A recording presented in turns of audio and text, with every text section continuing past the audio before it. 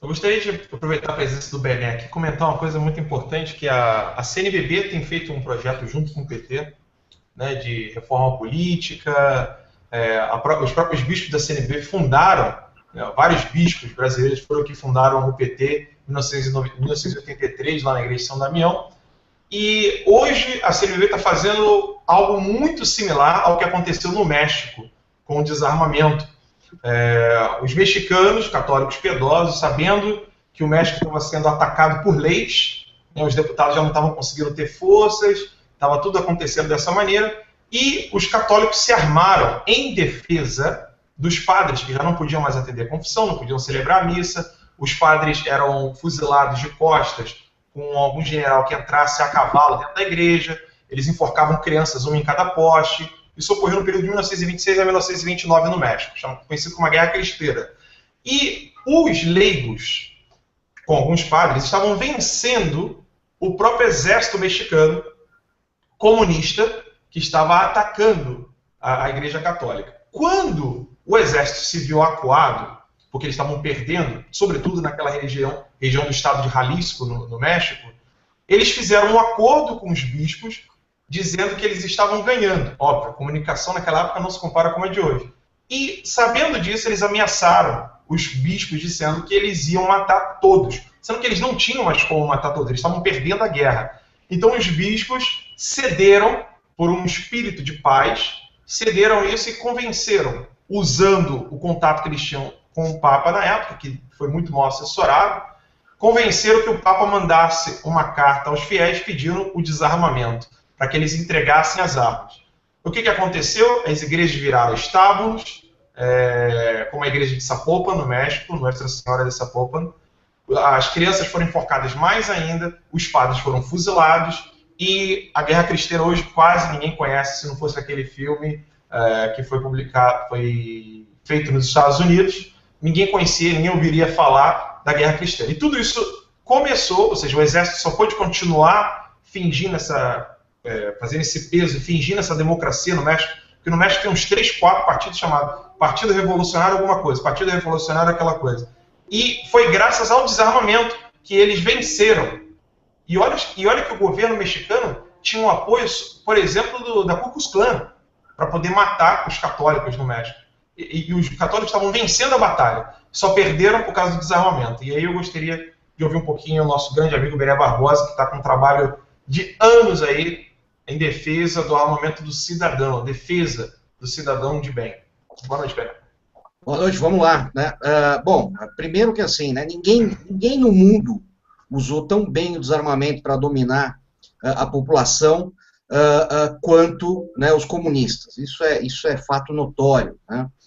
O único que chegou perto disso foi Adolf Hitler, né, que desarmou a Alemanha. Aliás, ele não desarmou a Alemanha, né, ele desarmou os judeus e as outras minorias para poder depois exterminá-los. Tanto é que a Alemanha nazista foi o primeiro país a realmente criar o registro nacional de armas de fogo, e a partir daí ele tinha o endereço, o nome e todas as armas que estavam em poder da população judia, e aí pôde confiscar tudo, e depois, na sequência, veio a Noite dos Cristais e começou o massacre que todo mundo conhece. Né?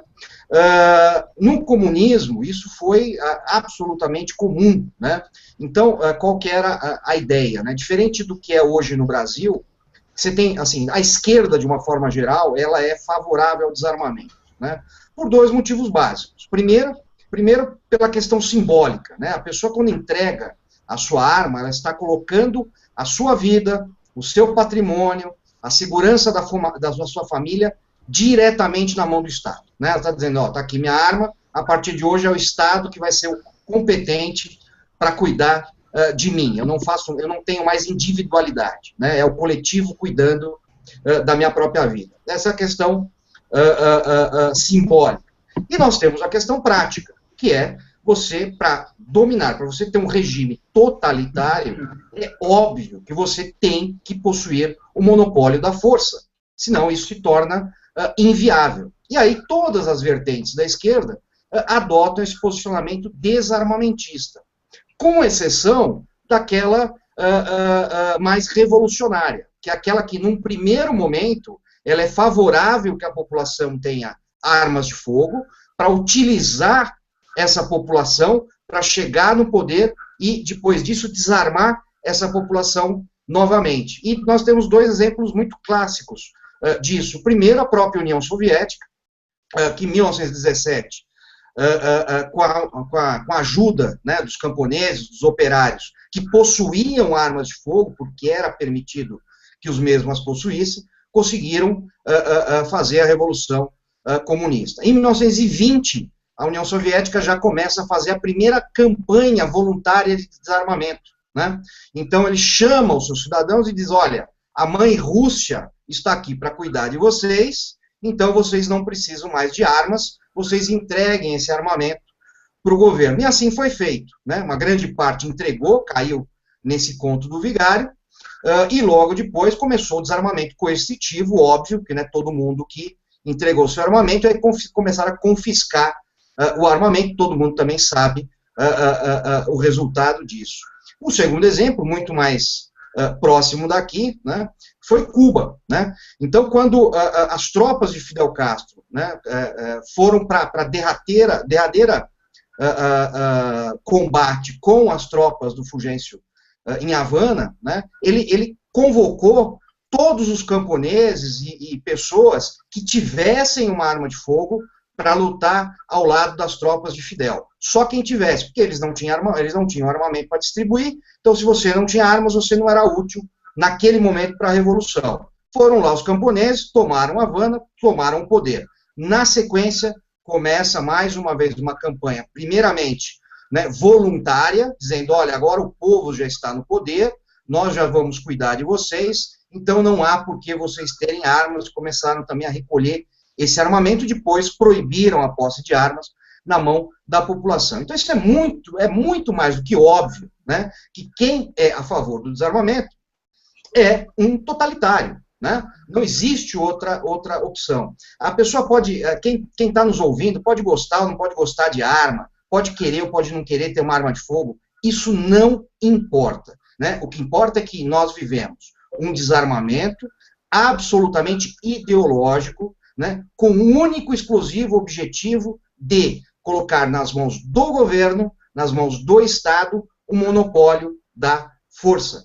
Tanto é que, e aí, essa questão de comunismo, de esquerda, de socialismo, o grande problema no Brasil é que muitas pessoas acreditam que nós temos partidos de direita, e pior ainda, né, que o PSDB é um partido de direita, como a gente muitas vezes ouve, o Olavo já cansou de falar sobre essa afirmação completamente absurda e proposital, né, exatamente para enganar.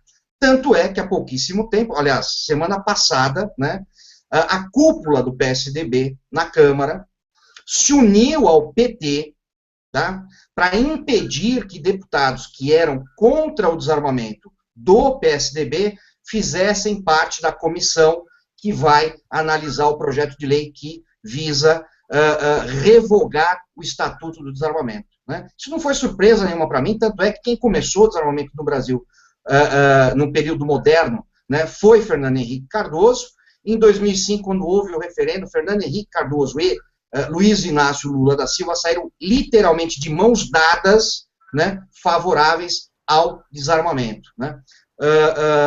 E a gente, bom, esse é um assunto extremamente longo, que seria necessário aí praticamente um hangout inteiro sobre ele, mas é muito importante que as pessoas entendam que o desarmamento visa única e exclusivamente garantir ao governo o monopólio da força e subjugar a população. Disso eu não tenho a menor dúvida.